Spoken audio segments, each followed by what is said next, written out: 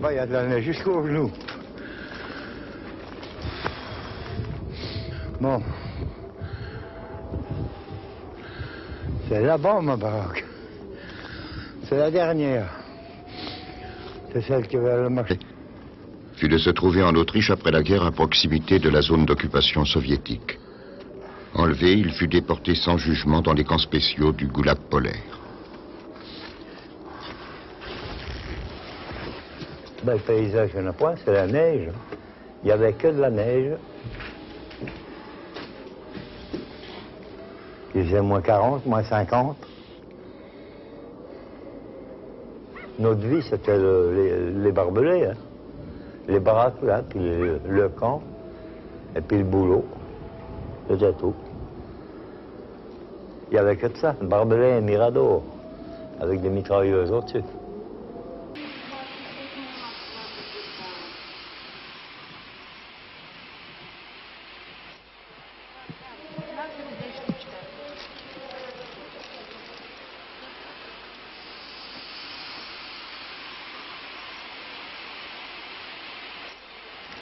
Сколько? Да.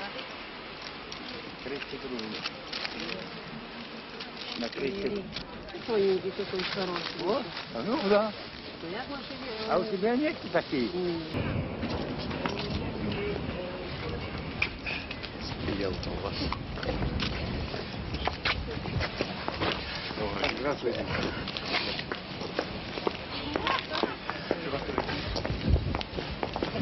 Узнаете? Ну да.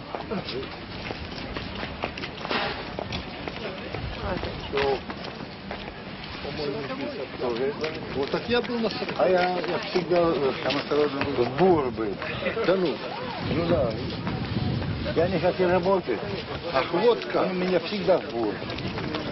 А я всегда в бур А на был. 40-й шахте в каком году вы были на 40-й? 54-й. 54-й? Да. В каком месяце, не помните? О, ну, 6 месяцев я там был. В каком? Я в марте попал на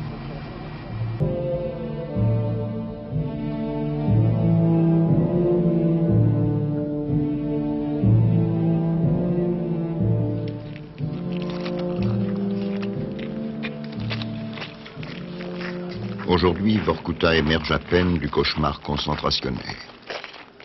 Comment sortir indemne d'un demi-siècle passé aux côtés des déportés sans les voir? Prisonnier ou gardien, chaque famille a eu l'un des siens dans les camps. Les premiers redoutent encore le retour du passé, les autres préfèrent l'oublier.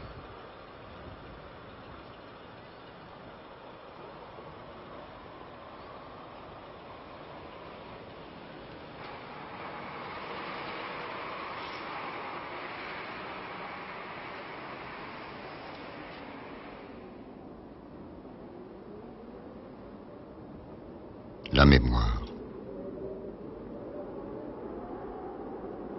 C'est bien pour honorer celle de ses compagnons de malheur que Bernard a commencé son pèlerinage au seul cimetière de Vorkuta.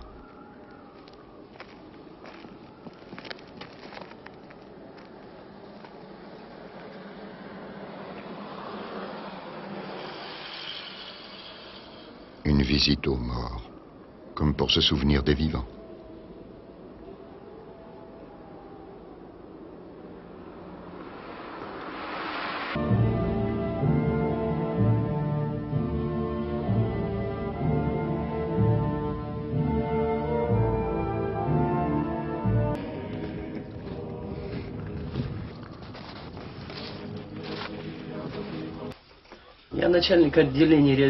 Je suis le colonel Mikhail Yevgenevitch Kirillin.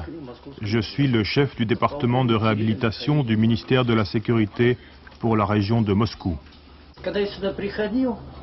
Lorsque j'ai commencé à travailler ici, et malgré les 15 années que j'avais déjà passées à travailler au KGB,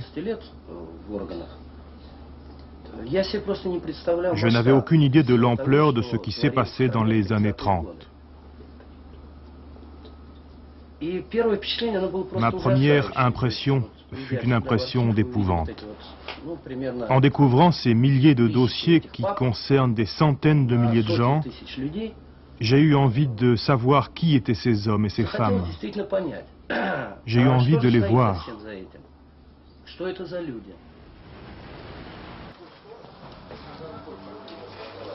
Interrogé et torturé par les prédécesseurs de ce colonel Kirillin, qu'il est venu questionner aujourd'hui sans haine, simplement pour comprendre.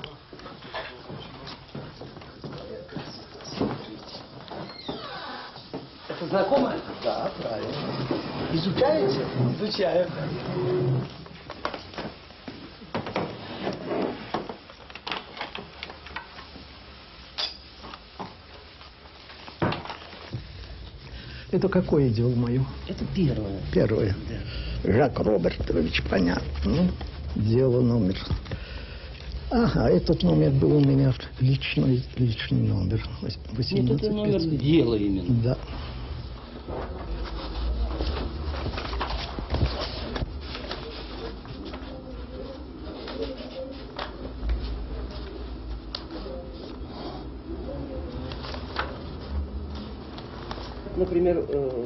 Personnellement, j'appréhendais un peu la visite de Jacques Rossi.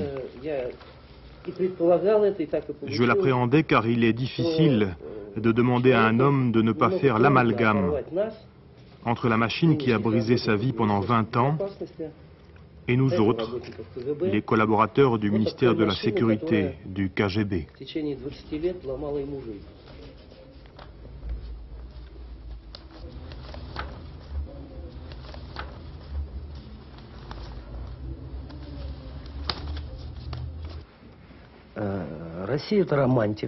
Jacques Rossi est un romantique.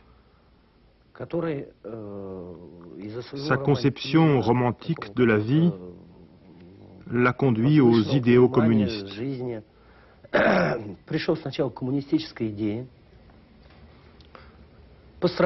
Il en a souffert d'ailleurs, puisqu'il a été emprisonné en Pologne. Cela ne l'a pas empêché de poursuivre ses activités communistes à Berlin. Ses idéaux communistes l'ont amené à collaborer dans un premier temps avec les services d'espionnage de l'Armée rouge, avant d'en devenir un agent à part entière. Et c'est aussi son engagement communiste qui a fini par le conduire au goulag. Selon vous, Mikhail, est-ce que le dossier que vous avez remis à Jacques est le reflet exact de sa vie? J'entends par là, est-ce que ce dossier est juste? Est-ce qu'il n'y a pas de choses qui ont été manipulées, tronquées à l'intérieur? Oui, cela est pratiquement garanti à 100%. D'abord parce que tous les dossiers comportent des index qui ont été établis à l'époque. Ensuite parce que nos archives n'en sont pas véritablement. Il s'agit plutôt d'un entrepôt où les dossiers sont conservés depuis des décennies, sans que personne n'y ait accès, ni les historiens, ni les collaborateurs du KGB, personne. Ce n'est pas un simple dossier de police que consulte Jacques.